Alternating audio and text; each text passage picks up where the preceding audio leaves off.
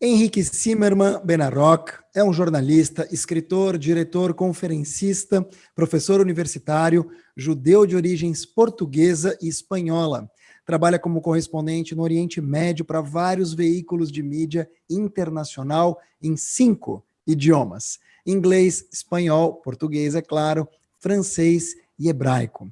Nasceu na cidade do Porto, que maravilha, em Portugal, emigrou para Israel, onde vive desde a década de 70. É membro da SOS Children's Villages, ONG, para a qual organiza encontros e palestras com o objetivo de arrecadar fundos. Foi também um membro do Comitê para a Associação número 2 da Violência contra a Mulher. Recebeu a mais alta condecoração de Portugal, o comandante da Ordem do Príncipe Henrique. Indicado ao Prêmio Nobel da Paz em 2015 por viabilizar a oração pela paz no Vaticano. Uau! Recebeu o prêmio Daniel Pearl, que foi um grande jornalista, aliás, em 2012 pela Liga Antidifamação. Em 2012 ainda, o rei Juan Carlos concedeu a Henrique Zimmermann a Ordem do Mérito Civil. Ele entrevistou Yitzhak Rabin, ex-primeiro-ministro de Israel, o Papa Francisco, Omar Bin Laden, dentre várias outras personalidades e personagens importantes da história. Hoje é presidente da Câmara de Comércio Israel, Golfo Pérsico. Seja bem-vindo, querido Henrique. Muito obrigado, é um prazer estar com vocês, Marco. O prazer é todo meu. Henrique, você é um jornalista que cobriu ou fez diversas entrevistas com personalidades. A gente falou aqui Yitzhak Rabin, o Papa Francisco, o Omar, e não Osama, Bin Laden, entre outros temas. O que significa para você ser um jornalista em Israel? Tem diferença? Porque me parece que Israel, apesar de pequeno, é o centro nervoso de muito do que acontece da geopolítica mundial há muitas e muitas décadas. Tem esse gap? Ser jornalista no Brasil ou na Europa é mesmo diferente do que está em Eretz? Eu não sei se eu não vivesse cá em Israel, se eu seria jornalista.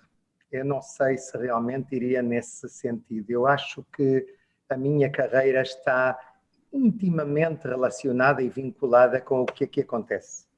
Eu penso que este é um país realmente, e não por acaso, onde há mais jornalistas por metro quadrado.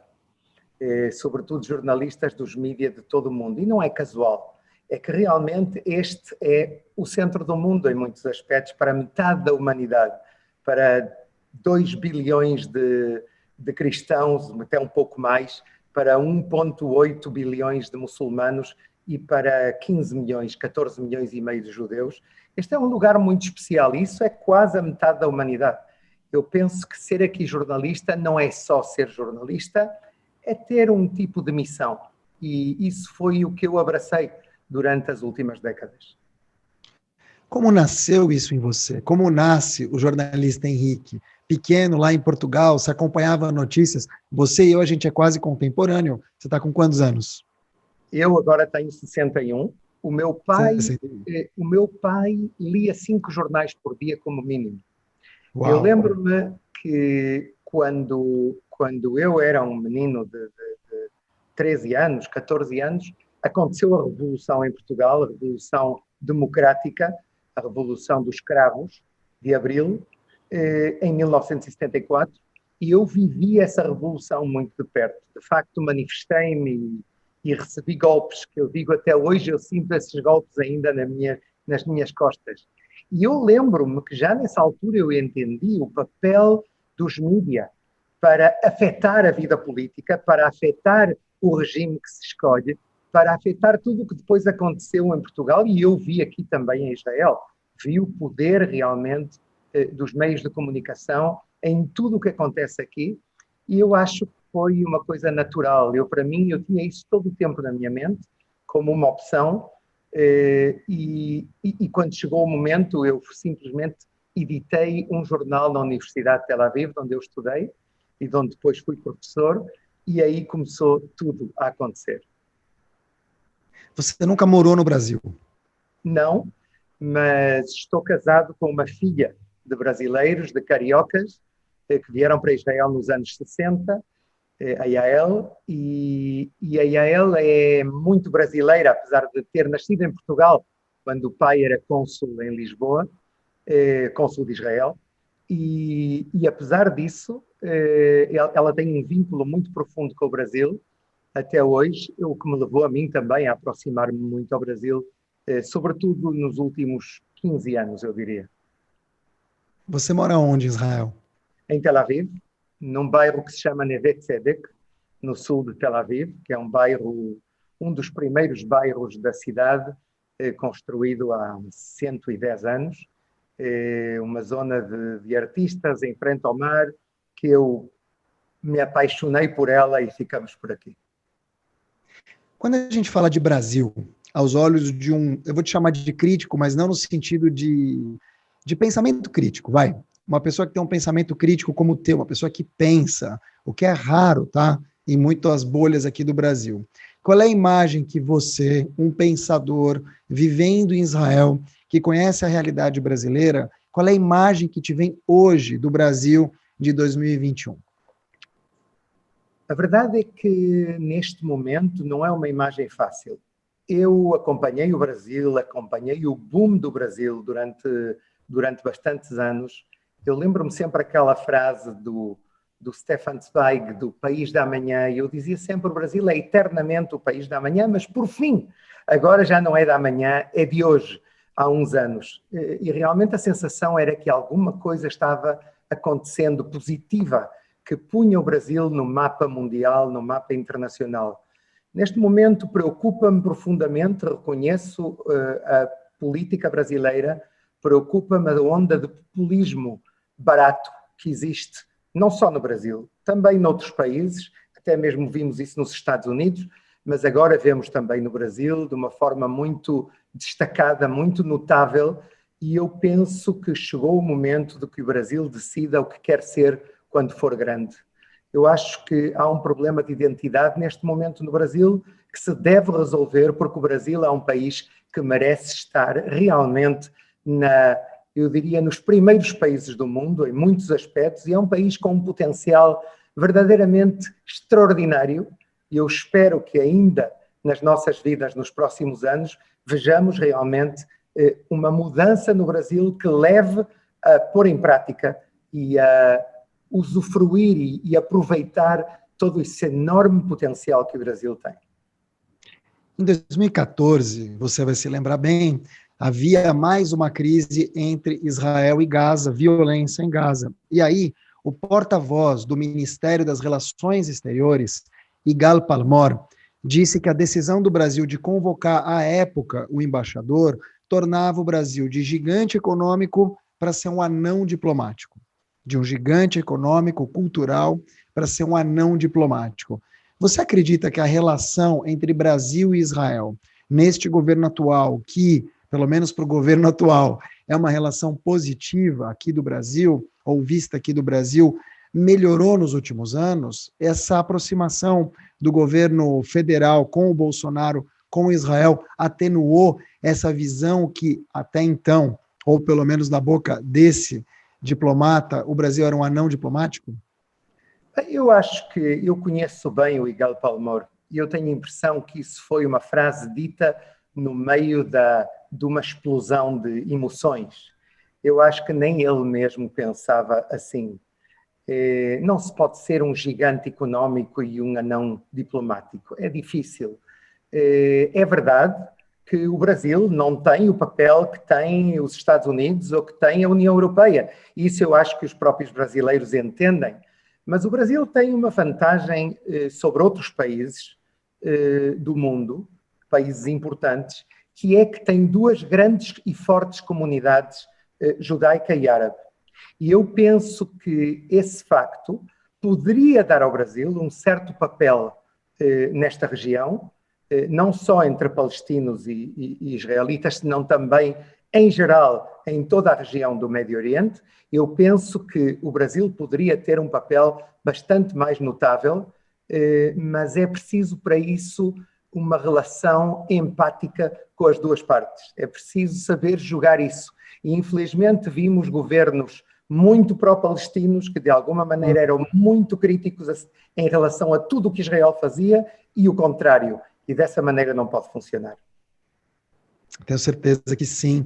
Vocês em Israel são tão ligados às redes sociais como os brasileiros? Oh, sim, sem dúvida. As redes sociais são, no fundo, uma espécie de megáfono gigantesco que está a mudar o mundo. Eu lembro-me, numa visita, numa das minhas frequentes visitas ao Papa Francisco, que ele se atrasou uns minutos, isso nunca acontece, ele é sempre muito pontual, e saiu do escritório dele Mark Zuckerberg, o inventor do Facebook, com a mulher dele, a Priscila. E o Papa veio ter comigo, apresentou-me o Zuckerberg e disse-me: "Este chico não tem nem ideia de lo que hizo al mundo." E eu vi a cara do Zuckerberg, ficou corado, como um tomate. Eu acho que é exatamente isso. Nós estamos ainda numa etapa muito inicial. Os mais veteranos entre nós estão 10 anos nas redes sociais e ainda não entendemos bem o que acontece. Mas é verdade outra coisa, Mark, que nos países mais autocráticos, a internet e as redes sociais são ainda mais importantes porque são uma alternativa aos mídias convencionais. Coisa que aqui em Israel e talvez também no Brasil é menos notável porque os mídias convencionais, de alguma maneira, são democráticos e gozam de certa liberdade em geral. Portanto, eu acho que em países como o Irão ou países como o Egito, etc., as redes sociais são um refúgio para a população que quer saber o que acontece no seu país. Pois é, eu queria entrar nesse assunto, porque a gente vive uma massificação da rede social, como você bem explicou, cada país tem uma relação. E aqui, o que a gente vê, assim como aconteceu nos Estados Unidos, é uma explosão de fake news. E agora de deepfake, ou seja, inteligência artificial modificando vozes, rostos, discursos que nunca existiram. Queria saber se, na tua opinião, daqui para frente, a gente vai ter uma explosão de fake news em nível mundial e que pode chegar a Israel, por exemplo, assim como tem aqui no Brasil e nos Estados Unidos. Como em todas as pandemias, nós temos que desenvolver os antídotos, as vacinas para essas pandemias, para essas pragas. Fake news é uma praga que esteve sempre aí. Não penses que é uma coisa só da era atual. Já na época romana havia fake news. No Império Romano. Mas, em qualquer caso, é uma coisa que existe hoje em dia cada vez mais, que foi legitimado nos Estados Unidos pelo presidente dos Estados Unidos nos últimos 4 anos, e eu acho que isso levou a coisas verdadeiramente impensáveis e inaceitáveis. Nós devemos de aprender a lidar com os fake news. Nós devemos ensinar aos consumidores de mídia, devemos ensinar-lhes como fazer para detectar fake news, para não difundir fake news, porque o problema é que muitas vezes há retweets ou difusão de fake news como resultado da falta de entendimento das pessoas, e nós devemos de entender. Eu, na universidade, uma das coisas que faço é justamente isso, ensinar como identificar e como atuar perante os fake news. O fake news, ou a fake news, é uma parte do processo. Começa com uma narrativa falsa. Começa com uma narrativa criada por alguém. Então a gente vive uma guerra de narrativas em que um tenta se sobrepor ao outro. E as duas, muitas vezes, elas têm fatos no meio que se assemelham muito à verdade. Aliás, podem ser verdade, mas contadas de uma maneira mentirosa. Como é que a gente consegue dar um stop? Ou como é que a gente consegue conter essa guerra de narrativas caminhando para uma veracidade? Marco, é um tema complicado. É preciso ensinar um semestre sobre isso. Mas há sistemas, começando por sistemas informáticos de detecção, de filtro, seguindo por verificar as fontes. Muitas vezes, esse tipo de notícias que vêm de repente e caem do céu sem nenhuma fonte e sem ver quem se está a citar. Depois é preciso procurar outros mídias que possam vir a contar essa mesma história e comparar e ver quem são as fontes dos dois lados. E, sobretudo, não difundir notícias que não temos uma confirmação que são notícias verídicas. Excelente. 20 anos atrás, eu fui a Israel, depois eu voltei, mas eu fui a Israel estudar. Eu fiz um curso pela Machave Stadrut, na época, jornalistas em áreas de conflito. E tinha gente de toda a América Latina, um pouco da América Central também, e Caribe. E eu me lembro que uma das coisas que eles falavam muito era como nos territórios palestinos se ensinava história já sem o mapa de Israel.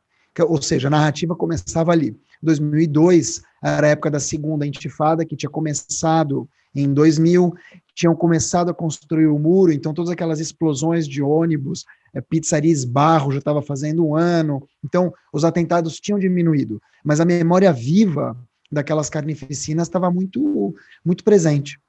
Hoje não é mais assim. Agora, 20 anos depois, a impressão que eu tenho é que do outro lado do muro continua sendo ensinado o ódio. Isso melhorou? A gente teve diversos filmes, como, por exemplo, tinha um filme sobre crianças, era alguma coisa do Novo Mundo, não me lembro agora. Um filme que trazia isso, crianças palestinas e judias conversando, depois elas se afastaram. Acho que era Promessas, o nome do filme. Então, quer dizer, em 20 anos, o que mudou em relação a isso? Do outro lado do muro, quais foram as mudanças nos territórios palestinos para que haja algum tipo de diálogo ou agora ou no futuro? Mudou alguma coisa? Infelizmente, mudou demasiado pouco. Demasiado pouco. Hoje em dia, por vezes, antes do coronavírus, havia uma pressão por parte da União Europeia que financia parte das atividades na Cisjordânia, sobretudo. Não falamos de Gaza. Gaza é Hamas e Hamas é propaganda ao estilo Goebbels contra Israel. Mas falamos da Autoridade Nacional Palestina, em Ramallah, que infelizmente também não fez o suficiente. Eu acho que até hoje ainda há livros de geografia que não têm Israel no mapa. Israel não sai no mapa que os meninos estudam e dessa maneira não se pode construir paz. Ou seja, há aqui uma dificuldade enorme. É um facto que há uma ruptura entre Israel e os palestinos que dura já vários anos, que não há negociações. Eu espero que isso se corrija, mas uma das prioridades em qualquer processo de negociações tem que ser justamente isso. Olha, eu vou-te dar um exemplo muito concreto. Eu visito com frequência o Egito e a Jordânia, países que assinaram a paz com Israel há décadas. O Egito no fim dos anos 70 e a Jordânia no ano 94, do século passado. Só agora eles começam a alterar os livros de estudo nesses países. No Egito, este ano, estudaram sobre Menachem Begin e sobre a visita de Sadat a Israel, pela primeira vez, e na Jordânia estudaram, por exemplo, sobre o Holocausto. Isso não acontece na Palestina, e é uma coisa dos últimos tempos só. Em geral, durante décadas, eles continuaram estudando as mesmas coisas que estudavam no passado. Os judeus, sionistas, opressores, etc, etc. E é por isso que a opinião pública nesses dois países que têm paz com Israel, graças a Deus, é muito importante essa paz. É uma paz estratégica, mas essa paz não chega às pessoas da rua, devido a esse tipo de educação que eles dão. E hoje em dia temos um exemplo que é exatamente o contrário, que é os Emirados Árabes Unidos. Eu vou muito aos Emirados Árabes Unidos como presidente da Câmara de Comércio e quando uma das coisas que a mim me chamou a atenção desde a primeira vez, desde a assinatura dos Acordos de Abraão, é como a opinião pública dos Emirados Árabes Unidos, que é um país muito importante dentro do mundo árabe, apoiam a paz com Israel. E quando eu perguntava porquê aqui apoiam e na Jordânia e no Egito não? Porque eles prepararam a opinião pública na educação, nas escolas, nas redes sociais, durante anos e anos. E por isso, hoje em dia, praticamente não se vê oposição nas ruas pública ao acordo com Israel. Isso é o que deveriam fazer outros países árabes. Quando a gente fala de Emirados Árabes, Omã, Amã, quais são os Emirados? São 7 Emirados? Não, os Emirados são 7. Omã é um país independente à parte. Os Emirados a capital é Abu Dhabi, que é o país de onde realmente se marca tudo, é de onde está o dinheiro, é de onde está o poder político, é menos visitado pelos estrangeiros. O segundo Emirato é Dubai, que é um centro financeiro internacional e um centro turístico com 20 milhões de turistas por ano. Este ano vai haver mais, porque em outubro vai haver a Expo no Dubai. E depois há 5 Emiratos mais pequenos, entre eles Sharjah, Ras Al Khaimah, que são Emiratos mais, eu diria, na sombra, à sombra do Dubai e de Abu Dhabi. Você deve comer tâmaras maravilhosas, né? Como? Perdão? Você deve comer tâmaras maravilhosas. Ah, sim, sim. Lá há tâmaras fantásticas. Mas em Israel também, hoje em dia já... É verdade, é verdade. É a terra onde jorra o leite e o mel por causa das tâmaras. Por isso. Henrique, você sabe que meu nome é Henrique também, mas sem H, né? Mark Henrique Tawil. Eu costumo dizer que é homenagem a Henrique Iglesias. Me diz uma coisa, essa paz que a gente vê acontecer com os Emirados Árabes, em algum momento pode inspirar os países árabes que circundam Israel a fazer o mesmo? Ou você não vê essa transferência? Israel assinou em poucos meses 4 acordos de paz. Um com os Emirados Árabes Unidos, os 7 Emirados, outro com o Bahrein, que é um país pequeno, mas é uma espécie de bairro da Arábia Saudita, que não faz absolutamente nada sem a licença do rei saudita. Depois foi o acordo com Marrocos, que é um país muito importante, sobretudo do ponto de vista do país de Israel. É muito importante porque há cá 1 milhão de judeus marroquinos de origem de Marrocos que mantêm uma nostalgia e uma relação muito próxima com Marrocos e uma saudade de Marrocos. E depois o Sudão, quarto país. Eu penso que o que nós vemos neste momento é um preâmbulo que nos vai levar a mais acordos de paz. Justamente, disseste antes o Omã, eu acho que Omã, o Sultanato de Omã vai ser o próximo, mas é possível que haja outros, como por exemplo o Qatar, que neste momento está em silêncio negociando também a possibilidade de unir-se aos acordos de Abraão, e eu penso que a joia da coroa, realmente quem mais efeito terá sobre todo o mundo árabe é a Arábia Saudita, que é o grande país do Golfo, é um pouco o gigante do Golfo, com 33 milhões de habitantes. Há já contactos secretos há bastante tempo com a Arábia Saudita. Eu acompanhei parte desses contactos. Eu penso que se não fizermos grandes erros e não houver uma surpresa negativa, vamos ver nos próximos anos um acordo de paz com a Arábia Saudita. Excelente. Como é que você avalia a democracia hoje, 2021, do Estado de Israel? Por exemplo, esse dilema Estado judaico barra Estado democrático, tem contradição nesse sentido? Eu penso que não. Eu penso que as duas se complementam, o Estado judaico e o Estado democrático, mas penso que nós temos certos problemas. Ou seja, Israel manteve a democracia e é o único país da região que conseguiu manter a democracia 72 anos, desde a criação do Estado. Apesar de 10 guerras, de 3 intifadas, apesar de terrorismo e como o que tu contavas antes, que viveste no ano 2002, apesar de tudo isso e apesar do assassínio de um primeiro-ministro, Israel conseguiu manter a democracia até hoje e há momentos difíceis. Há momentos em que a divisão de poderes não é tão clara.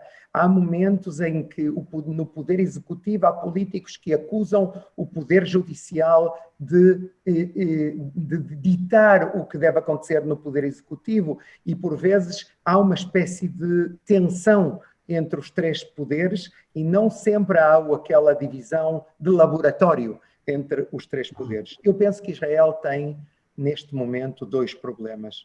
Em primeiro lugar, provavelmente estamos a aproximar ao momento no qual Israel vai precisar de uma Constituição.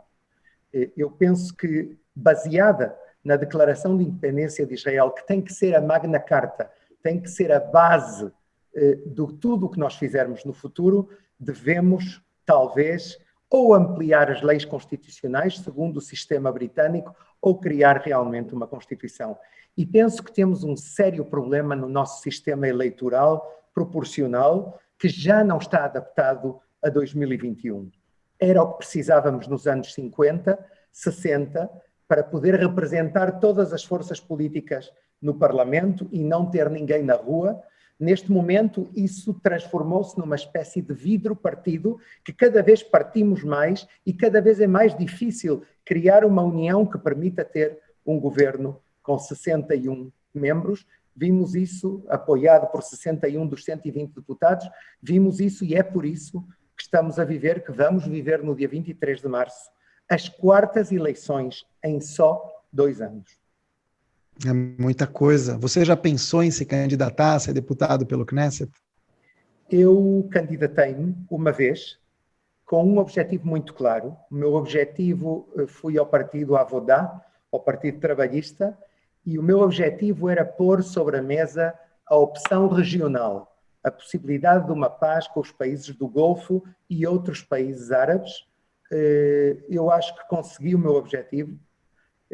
Por isso nomearam-me presidente da Câmara de Comércio e Indústria com esses países. Penso que neste momento vou-me dedicar a isso e vou tentar criar mais pontes em tudo o que tem a ver com o que não tem a ver com a segurança e com a defesa, tudo o que é outros temas, cooperação académica, cultura, relações de people to people, pessoas com pessoas, jovens, tudo o que possamos, desporto, tudo o que nós possamos desenvolver à parte de negócios, obviamente, vou tentar ajudar nesse sentido. E no futuro veremos se a política é uma opção. Eu tive em Portugal em 2019, em dezembro, e em Porto. Não conhecia Portugal, conheci o Porto muito rapidamente, infelizmente, que é maravilhoso. Passei pela Rua dos Judeus, inclusive. E queria saber qual é a relação hoje, então, de Portugal, que é onde você nasceu e se criou também, com Israel. Ela é boa? Sim, eu acho que é uma relação ótima mesmo. Eu acho que Portugal encontrou as suas raízes judaicas nos últimos anos, tomou uma série de medidas nesse sentido. Vemos uma espécie de renascimento. Falas do Porto. O Porto, quando eu vivia lá, era uma comunidade com uma das sinagogas mais bonitas da Europa, mas tínhamos 20 judeus, 25 judeus. Hoje em dia já há uma comunidade relativamente grande, há muitos estudantes estrangeiros judeus que vêm ao Porto estudar e que são ativos na comunidade. Vemos que foram construídos agora 2 museus, um museu do Holocausto e um museu da história da comunidade. Há uma espécie de renascimento também em Lisboa, devido ao facto de que há muitos sefarditas que se estão a naturalizar portugueses e que estão a pedir o passaporte português. Eu penso que há aí uma coisa interessante. E depois Portugal está na moda. Eu acho que, em geral, Portugal está na moda e o Portugal judaico também, porque realmente o povo judeu tem uma história extraordinária em Portugal e é fascinante. Está-se a construir um museu judaico em Lisboa, que, segundo o que eu vi, pode vir a ser realmente uma instituição extremamente atrativa, de grande nível. Olha, eu estou fazendo uma pesquisa rápida, enquanto eu falo com você aqui, para ver o ano que foi a explosão da AMIA. Foi em 18 de julho de 1994, faz 26 anos, o bombardeio contra a Associação Mutual Israelita-Argentina, em Buenos Aires. Infelizmente, 85 pessoas perderam a vida e centenas foram feridas na Argentina.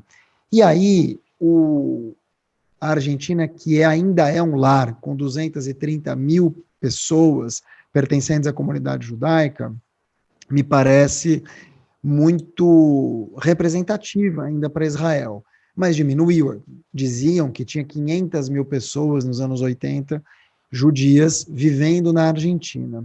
Como é que vocês veem a questão desse êxodo para Israel? Nos últimos anos a gente teve, por parte da Argentina, diversas crises, agora crises no Brasil, uma pandemia, esse êxodo, essa aliá vindo do Cone Sul continua existindo, ela continua crescendo, talvez, como aconteceu de 2004 para cá, pela Argentina? Eu acho que sim, eu penso que sim, eu vejo isso. Hoje estive com a minha mulher na praia e havia um menino jovem estávamos a beber um café e um moço que era um menino que chegou da Argentina há um ano e que veio para cá. E quando lhe perguntei porquê, ele disse, eu tinha muita curiosidade por Israel, mas a situação, obviamente, na Argentina ajudou a tudo isso. A minha filha vive em Ra'anana, há uma comunidade brasileira em Ra'anana, e ouve-se nas ruas falar português continuamente em Ra'anana. Eu acho que isso é um fenómeno muito positivo. Imigrar é muito difícil. Dizem os psicólogos que a imigração e a morte são as duas experiências mais traumáticas, mas eu penso que isso vai acontecer mais e mais, sobretudo depois do coronavírus. Eu penso que muita gente, inclusive israelitas que foram viver para os Estados Unidos ou para a Europa, que estão voltando, famílias ao completo, sobretudo pelo tema da saúde e também pelo tema da assimilação e da educação. Eles pensam que para os filhos dele viver em Israel é melhor. Israel é hoje em dia um país muito mais atrativo do que era quando eu cá cheguei nos anos 70. Naquela altura Israel era um país muito básico. Eu digo sempre que os carros lembravam-me a Havana na rua, porque eram todos carros muito antigos. O supermercado lembrava-me a Albânia, porque havia um tipo de pão e um tipo de queijo. Hoje em dia Israel é um país dos mais desenvolvidos do mundo, é um país com uma renda per capita superior à da Espanha, da Itália, da França, do Japão. Ou seja, Israel é hoje um país sério e vemos isso com tudo o que acontece com o coronavírus, o facto de que Israel encabeça e lidera não só o processo de vacinação, senão também a volta à normalidade que começamos a viver esta semana. Você já foi vacinado? Eu fui vacinado, eu, a minha mulher, que é mais jovem do que eu, todos fomos vacinados, os meus filhos também. Agora estamos à espera, eu penso que em abril, que os meninos mais pequenos de 12 anos comecem a ser vacinados para que possam ir à escola. E qual é a sensação de ser vacinado? Fantástica, é como um seguro de vida. Eu penso que nos dá umas possibilidades e uma liberdade brutal. Eu fiz uma peça para a televisão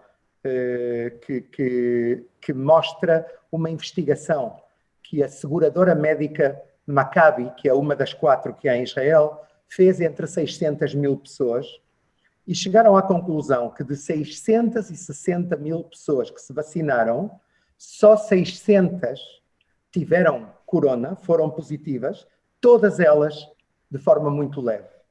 Ou seja, a vacina funciona. Fizeram com outras 600 mil pessoas que não foram vacinadas e houve entre eles 25, 26 mil pessoas com coronavírus, nossa, alguns deles com casos muito graves e hospitalizações e mortes.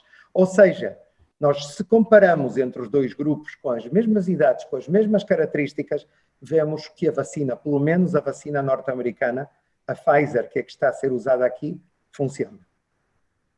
Incrível, que incrível, e torço mesmo que a gente possa ter o mesmo desfecho aqui no Brasil. Por enquanto, a gente não chegou a 4% de vacinados e infelizmente, a perspectiva aqui do ponto de vista de um governo negacionista ainda é muito, muito ruim. A gente tem sofrido muito e eu acredito mesmo, infelizmente, que a gente vai sofrer ainda mais. Isso não é um assunto para esse papo aqui, é uma opinião pessoal, claro, não reflete a Sinagoga Betel, não reflete esse talk, nem a tua opinião, é uma opinião muito pessoal. Henrique, como é que você avalia a questão do antissemitismo? Porque aqui no Brasil existe uma falácia de que não tem nazismo, não tem terremoto, tudo mil maravilhas. Claro que é mentira, tem um monte de grupo neonazista aqui, trabalhando na surdina, trabalhando na Deep Web, e a gente sabe que isso tem também aumentado na Europa. Claro que com todo mundo em casa, confinado, fica um pouco mais difícil da gente ver agressões e sinagogas pichadas, mas existe um recrudescimento dessa violência de um tempo para cá. Daí de Israel, dá para a gente dizer que você acompanha isso com preocupação? Enorme, enorme, Marco. É incrível porque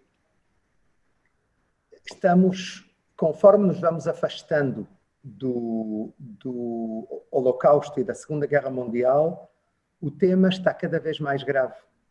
Eu vejo isso, eu acompanho muito de perto na Europa e a situação é extremamente precária.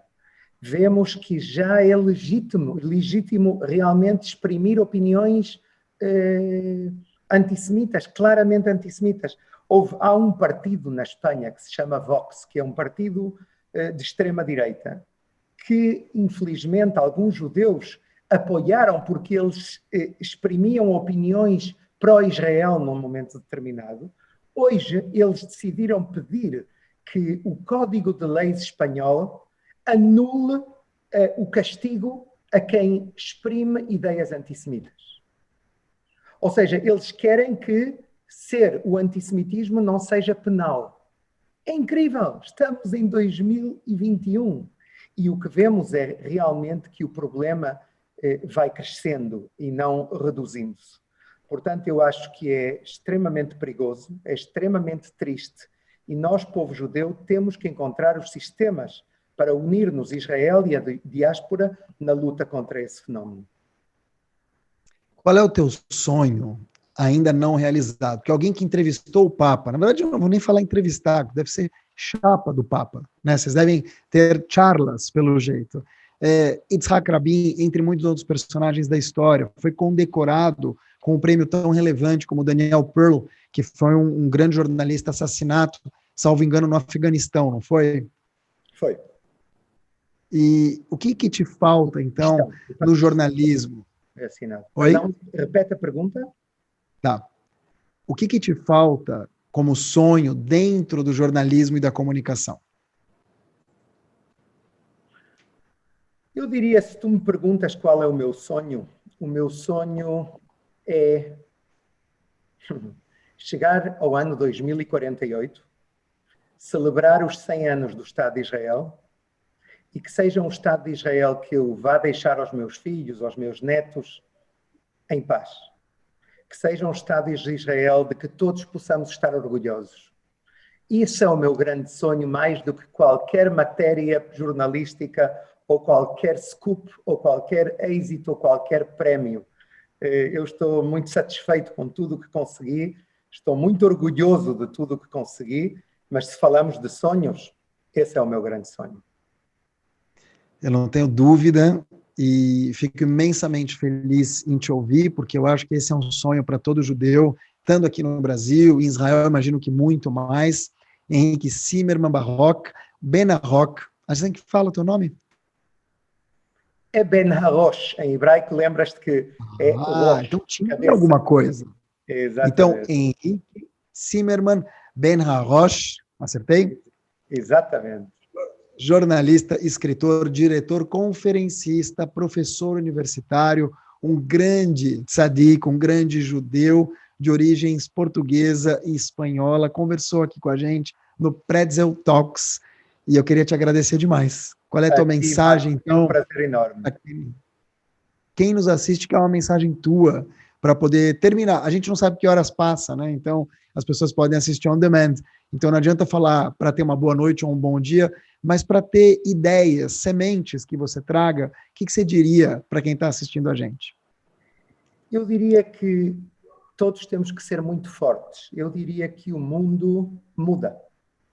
Que nós temos hoje em dia uma situação, depois desta terrível pandemia, temos uma situação nova, diferente.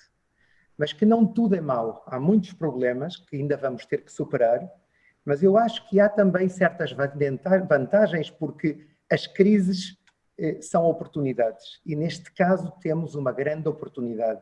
Eu acho que Israel conseguiu, podemos estar todos muito orgulhosos do único Estado judaico do planeta, porque conseguimos dar um exemplo na luta contra este fenómeno que neutralizou e paralisou a humanidade inteira. Eu acho que nós demos aqui um exemplo, mas eu acredito profundamente que o futuro deste país passa pela diáspora.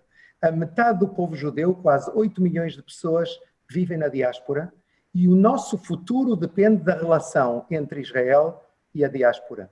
Nós não entendemos isso com a suficiente profundidade e temos que lhe dedicar muito mais pensamento, uns e outros.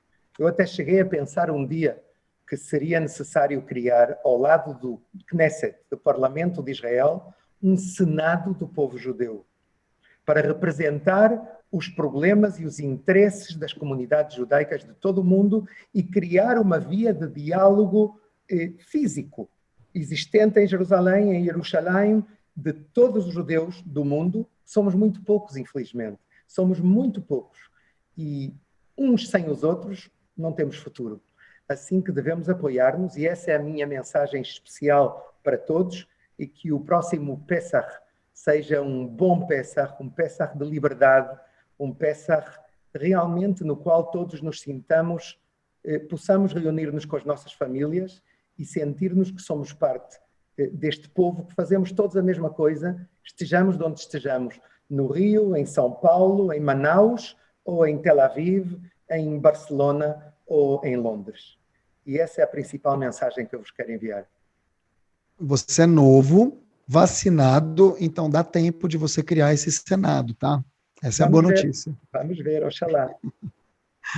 Querido Henrique, muito obrigado, viu? Obrigado, Marco. Até sempre. Chag Sameach, tudo de bom. Para você também, a gente ouviu então Henrique Zimmermann Ben-Haroch, aqui no Pretzel Talks, Jornalismo e Atualidade. Quem organiza é a congregação Betel, junto com a Associação Amigos Brasileiros da Universidade Hebraica de Jerusalém, com o apoio da Hebraica e do Museu Judaico. Obrigado, Henrique. Obrigado, Dana Revi, pelo excelente trabalho. A todas e todos. Até uma próxima. Até a próxima.